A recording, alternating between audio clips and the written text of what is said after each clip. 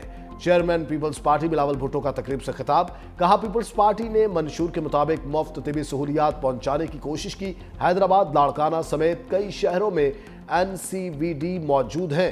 Cyber knife کا مہنگا ترین علاج کراچی میں مفت ہوتا ہے۔ وزیر اعلیٰ سندھ مراد علی شاہ نے کہا پورے پاکستان سے لوگ کراچی آتے ہیں، یہاں روزگار کے مواقع بہت زیادہ ہیں۔ 18ویں ترمیم کے بعد یہ ہسپتال صوبائی حکومت کو ملے۔ جنا NICVD اور NICH کا بجٹ 11 ملین تھا، آج ان تینوں ہسپتالوں کا بجٹ 40 ارب ہو چکا۔ وزیر اعلیٰ سندھ مراد علی شاہ کی داؤد انجینئرنگ یونیورسٹی کے کانوکیشن میں شرکت۔ مراد علی شاہ نے وزیر بلدیات ناصر حسین شاہ کو اعزازی ڈگری دی۔ وزیر اعلیٰ سندھ نے کامیاب امیدواروں کو PhD ڈگریاں عطا کی۔ وائس چانسلر پروفیسر سمرین حسین نے مختلف فیکلٹیز کے طلباء کو ماسٹرز اور بیچلرز کی ڈگریاں عطا کی۔ کانوکیشن میں پوزیشن ہولڈرز کو گولڈ اور سلور میڈلز سے بھی نوازا گیا۔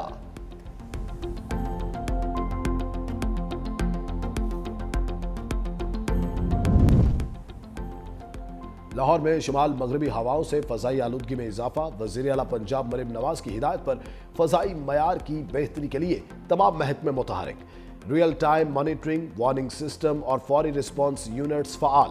صنعتی شہروں سے آنے والی آلودگی کی سائنٹیفک میپنگ بھی جاری۔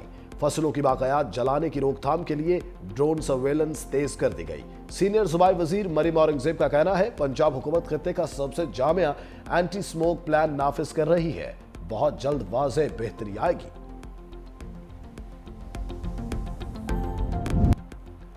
لاہور فیکٹری ایریا سے اغوا ہونے والا 3 سالہ سائم چند گھنٹوں میں بازیاب۔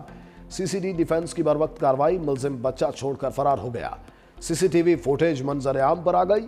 پولیس نے مقدمہ درج کر کے مفرور کی تلاش شروع کر دی۔ بازیاب ہونے والے بچے کو والدین کے حوالے کر دیا گیا۔